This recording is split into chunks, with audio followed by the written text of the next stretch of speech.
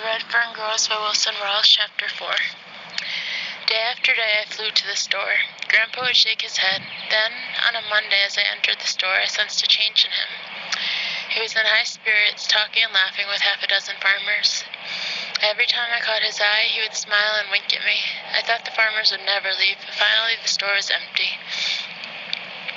Grandpa told me the letter had come. The kennels were still there, and they had dogs for sale. He said he had made the mail buggy wait while he made out the order, and another thing, the dog market had gone downhill. The price of dogs had dropped $5. He handed me a $10 bill. Now, there's still one stump in the way, he said. The mail buggy can't carry things like dogs, so they'll come as far as the depot at Tahlequah, but you'll get the notice here because I ordered them in your name. I thanked my father with all my heart and asked him how long I'd have to wait for the notice. He said, I don't know, but it shouldn't take more than a couple of weeks. I asked how I was going to get my dogs out from Tahlequah. Well, there's always someone going in, he said, and you could ride with them. You could ride in with them. That evening, the silence of our supper was interrupted when I asked my father this question. Papa, how far is it to Kentucky? I may as well have exploded a bomb. For an instant, there was complete silence, and then my oldest sister giggled. The two little ones stared at me. With a half-hearted laugh, my father said, Well, now, I don't know, but it's a pretty good ways. What do you want to know for? Thinking of taking a trip to Kentucky? No, I said, I just wondered. My youngest sister giggled and asked, Can I go with you? I glared at her. Mama broke into the conversation. I declare, what kind of a question is that? How far is it to Kentucky? I don't know what's gotten into that mind of yours lately. You go around like you were lost and you're losing weight. You're as skinny as a rail, and look at that hair. Just last Sunday, they had hair cutting over at Tom Rollins' place, but you couldn't go. You had to go prowling around the river and the woods. I told Mama that I'd get a haircut next time they had a cutting, and I just heard some fellows talking about Kentucky up at the store and wondered how far away it was. Much to my relief, the conversation was ended. The days dragged by. A week passed and still no word about my dogs. Terrible thoughts ran through my mind. Maybe my dogs were lost. The train had a wreck, someone stole my money, or perhaps the mailman lost my order. Then, at the end of the second week, the notice came. My grandfather told me that he had talked to Jim Hodges that day. He was going to town in about a week, and I could ride in with him to pick up my dogs. Again, I thanked my grandfather. I started for home. Walking along in deep thought, I decided it was time to tell my father the whole story. I fully intended to tell him that evening. I tried several times, but somehow I couldn't. I wasn't scared of him, for he never whipped me. He was always kind and gentle, but for some reason, I don't know why, I just couldn't tell him. That night, snuggled deep in the soft folds of a feather bed, I lay thinking. I had waited so long for my dogs, and I so desperately wanted to see them and hold them. I didn't want to wait a whole week. In a flash, I made up my mind. Very quietly, I got up and put on my clothes. I sneaked into the kitchen and got one of Mama's precious flour sacks. In it, I put 6 eggs, some leftover cornbread, a little salt, and a few matches. Next, I went to the smokehouse and cut off a piece of salt pork.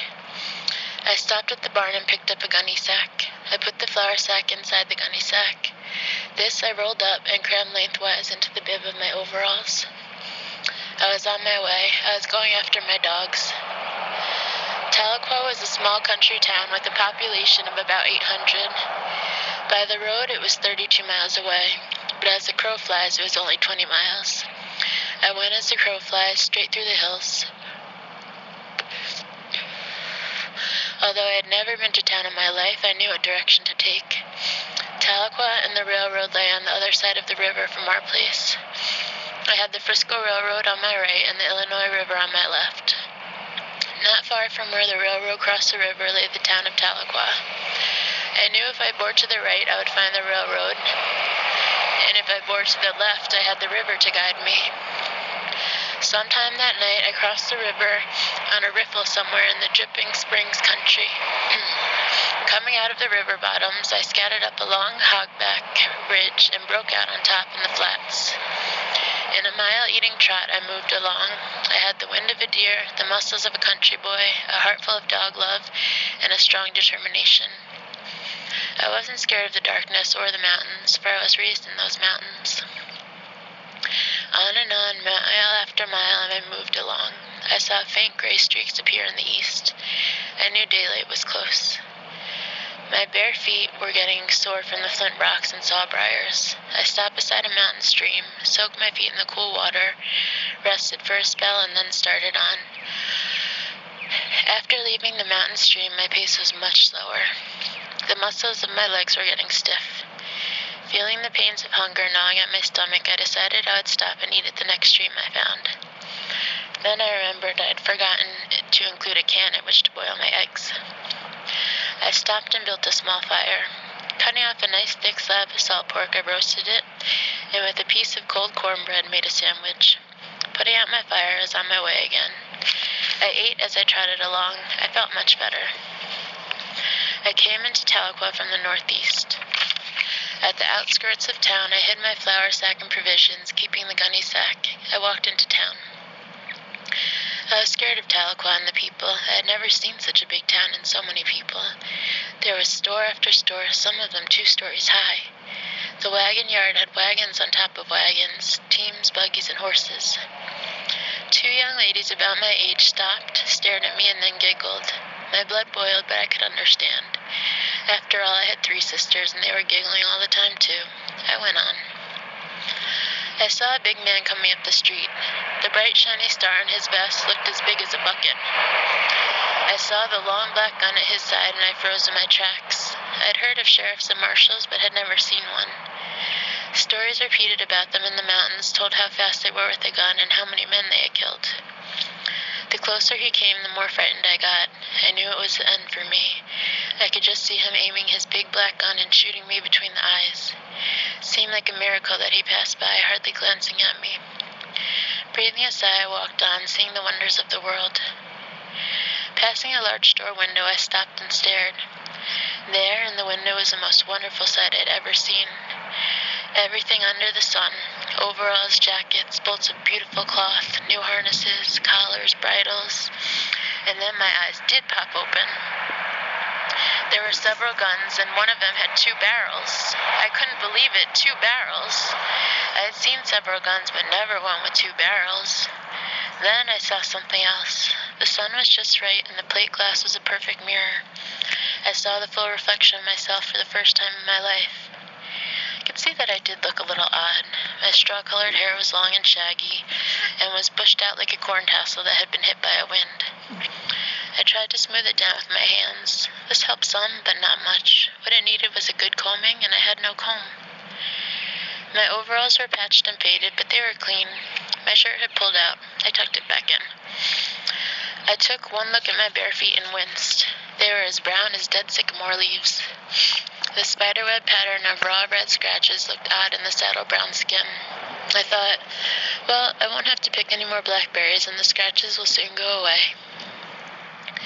I pumped up one of my arms and thought surely the muscle was going to pop right through my thin blue shirt. I stuck out my tongue. It was as red as pokeberry juice, and anything that color was supposed to be healthy.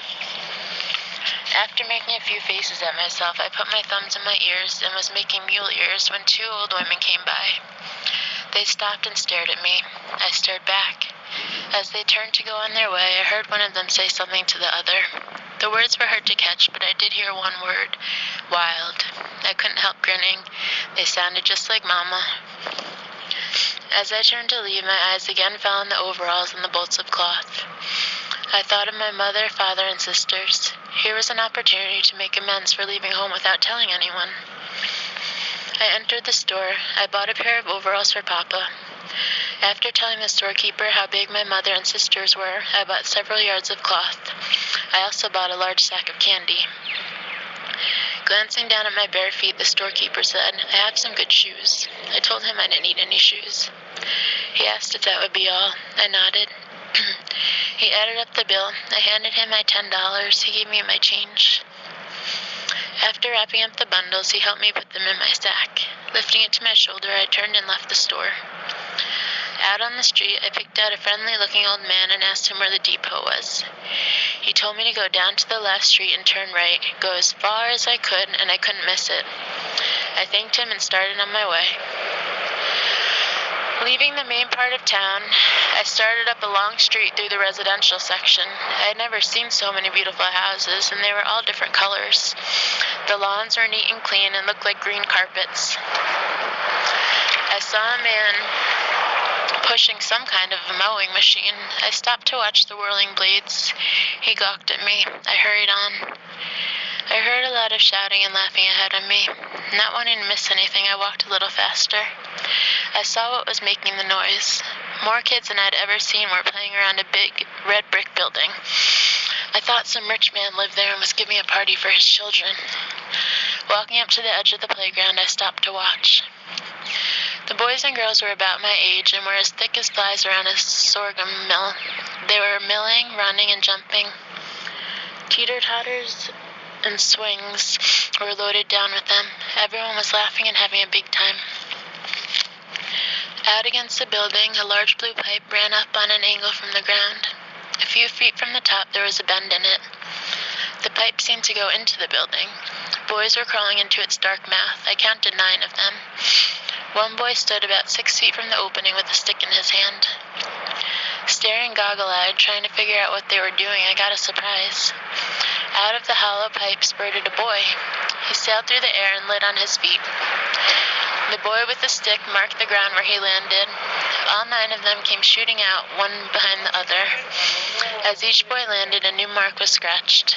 They ganged around looking at the lines. There was a lot of loud talking, pointing, and arguing. Then all lines were erased and a new scorekeeper was picked out. The others crawled back into the pipe. I figured out how the game was played. After climbing to the top of the slide, the boys turned around and sat down. One at a time, they came flying down and out feet first. The one that shot out the furthest was the winner. I thought how wonderful it would be if I could slide down just one time. One boy, spying me standing on the corner, came over. Looking me up and down, he said, "Did you go to school here?" I said, "School?" He said, "Sure, school. What did you think it was?" "Oh, no, I don't go to school here." "Do you go to Jefferson?" "No, I don't go there either." "Don't you go to school at all?" "Sure, I go to school." "Where?" "At home." "You go to school at home?" I nodded. "What grade are you in?" I said I wasn't in any grade. Puzzled, he said, "You go to school at home and don't know what grade you're in? Who teaches you?" "My mother." "What does she teach you?" I said, "Reading, writing, and arithmetic, and I bet I'm just as good at it as you are." He asked, "Don't you have any shoes?" I said, "Sure, I have shoes." "Why aren't you wearing them?" "I don't wear shoes until it gets cold." He laughed and asked where I lived. I said, "Back in the hills." He said, "Oh, you're a hillbilly." He ran back to the mob. I saw him pointing at me and talking to several boys. They started my way, yelling, "Hillbilly, hillbilly." Just before they reached me, a bell started ringing. Turning, they ran to the front of the building, lined up in 2 long lines, and marching like little tin soldiers disappeared inside the school.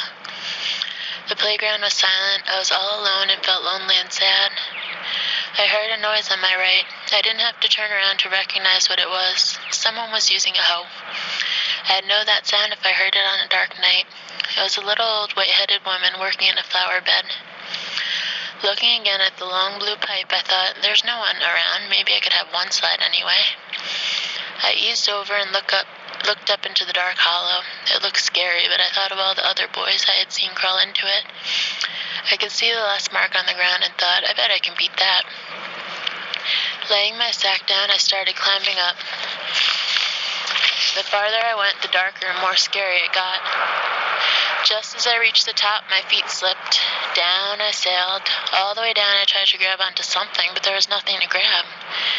I'm sure some great champions had slid out of that pipe, and no doubt more than one world record had been broken. But if someone had been there when I came out, I knew the record I set would stand today in all its glory.